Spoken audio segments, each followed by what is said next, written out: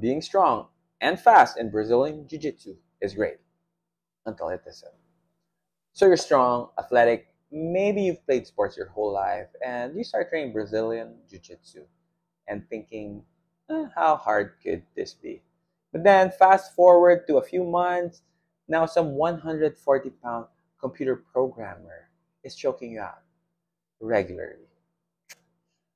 Let's talk about why this happens and more importantly, how not to let it frustrate you into quitting. Hello everyone, welcome to the Valores Training Center YouTube channel. I am Mark Entrata, 47 years old and a first degree black belt under the legendary Professor Cabrina Charles. Alright, like I said in a previous video, not all white belts start at the same level.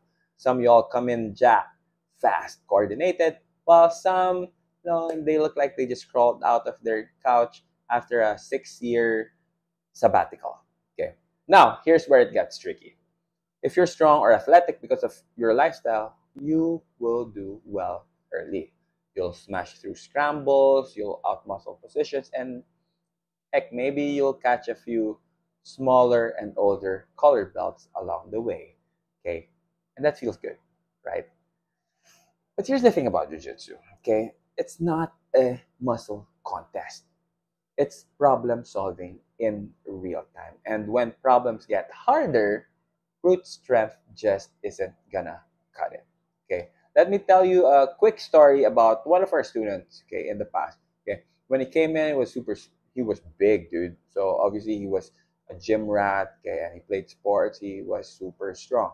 And in his first few months, yes, he dominated the other new white belts. But as weeks and months passed, something shifted. Okay, people started figuring him out.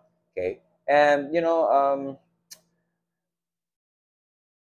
he was getting frustrated because people who he used to beat and really dominate in the past were now beating him, and that ate him alive because those guys who was beating him were really like geeky looking guys or beta males.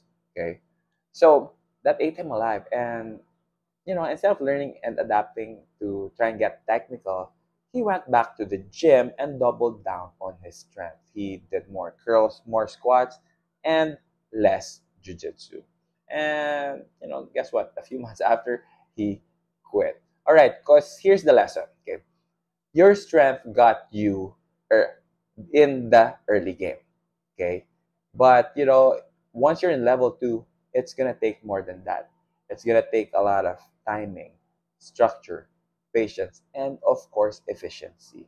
The main challenge or problem for people who have athletic backgrounds is that a lot of you guys are used to measuring your success with different types of metrics. Okay, so let's say for strength. Okay, you know how strong you are, you know what you can and can't lift. So the moment you're able to lift something that in the past you weren't able to lift, so let's say before you can lift 30 pounds, okay, to do a bicep curl, okay, before you can only do like 25 pounds.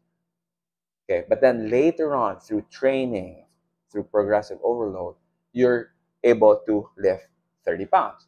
So, very clear. Now, every dumbbell that's 30 pounds in the world, you can carry. Same with speed. Okay, let's say 100-meter dash. Okay, let's say before you can do it in 9 seconds, then the more you train, okay, then later on, now you can do it in 7 seconds. You got faster. But in Brazilian Jiu-Jitsu, it's not like that, okay? Because you're training not with an inanimate object, okay? It's another person who can also improve. So let's say you used to train a lot with Bob, okay, and you used to dominate him in the first few months of training, and then later on, you're like, hey, how come I can't do the same things to Bob anymore? How come can then later on Bob started to, dominate you in training? What happens is you're gonna feel that you're getting worse. Okay. Which in reality, Bob was just getting getting better at a faster rate than you are. Why? Because if you've never learned to problem solve because you always muscle through things, okay, you'll be lost when strength isn't enough. Physical attributes fade, okay? But techniques, they age like fine wine. Well, of course, I wouldn't know because I don't drink, but yeah, I've heard a lot of that. Anyway, you guys know I love analogies, and here's another analogy for you guys to kind of drive home my point about physicality, okay? And how we have advantages and disadvantages. All right, here's the thing. We all have two things. We have physical looks and we have character, okay? Now, let's face it, good-looking people, especially the ridiculously good-looking people, can get away with certain things that us normal people can. Okay, so let's say good-looking people might get into some clubs for free. They might even get more attention, more likes, and more champagne.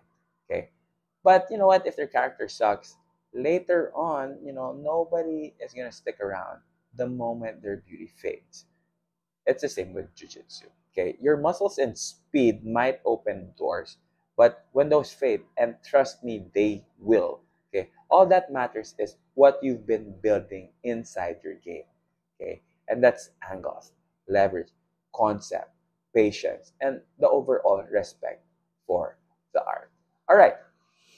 So if you're an athlete, here's how you avoid that frustration trap. First one is train with a purpose. Okay, don't just try to win every round. Okay, try to learn from every round. Next, roll with smaller people because, uh, sorry, not just smaller people, but smaller but technical partners. Okay, why? Because you will see how they negate your speed, your strength, and your all the other physical advantages you have. So can you just imagine if you can apply what they're doing to you, okay, with your size and strength difference. See, so you will definitely learn a lot from them.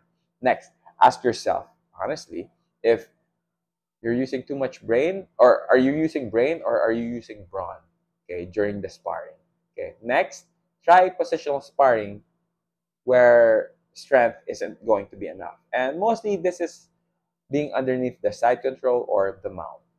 Okay, and the last one is also going to be the hardest, but it's really just chill out, man. Try to chill out. Okay, don't panic. It's not a fight. It's not a survival thing. Okay, you're just there to learn. Okay, now if you're still on the fence over the importance of skill over physicality, think about Pete Davidson. Yes, I said it. Pete Davidson. Okay, this man has dated more A-list women than most fitness models out there. Okay, and let's be real, this guy looks like he hasn't slept in 3 years. Now, why? Well, because he has game, he has skill, he has timing, and because of all those things, he has confidence. And I can't believe what I'm gonna say next, but Pete Davidson is jujitsu, or at least he's applying jujitsu lessons in the real world. All right, I know I couldn't even believe I had to say that, but anyway, jujitsu is about the long game. Your body's gonna change, your strength will fade, but your technique, your timing, your creativity, your chill, that'll keep you dangerous at any age. Take Professor Cabrina for example, or as an example. Uh, Last December, he went to Brazil to train at Alliance there, and he got to train with his first black belt, who's Michael Langhi, who I believe is a two-time or three-time black belt world champion. And Michael Langhi himself said that Cobrina is now even better than when he was still actively competing. And if you Eu vejo ele know, treinando direto, treino com ele, cara. Tá melhor do que nunca. Tá melhor do que quando era atleta. Tá preparado. Mas no treino quem ganha, você ou ele? Não, ele ganha sempre, é o professor, não tem jeito. Não tem jeito. and if you didn't know, Professor Cabrina is already 45 years old. Okay, so guys, don't be the guy who burned out trying to stay alpha. Okay, be the guy who stayed in, got better, and became the black belt nobody saw coming. Okay, the dramatic effect, okay, and then Okay. I don't want to edit this anymore. Okay, so all right, guys, if you're in this journey and whether you're older, you're athletic or not athletic, or you're really just curious how not to get crushed by those damn nerds and geeks, you know what to do, man. Hit the subscribe button and leave a comment about your experience and share this with a training partner who needs to hear it. And as always, stay safe, have fun, and let's train until we are 99. Thank you so much for watching, and I will see you all on the next video. Os!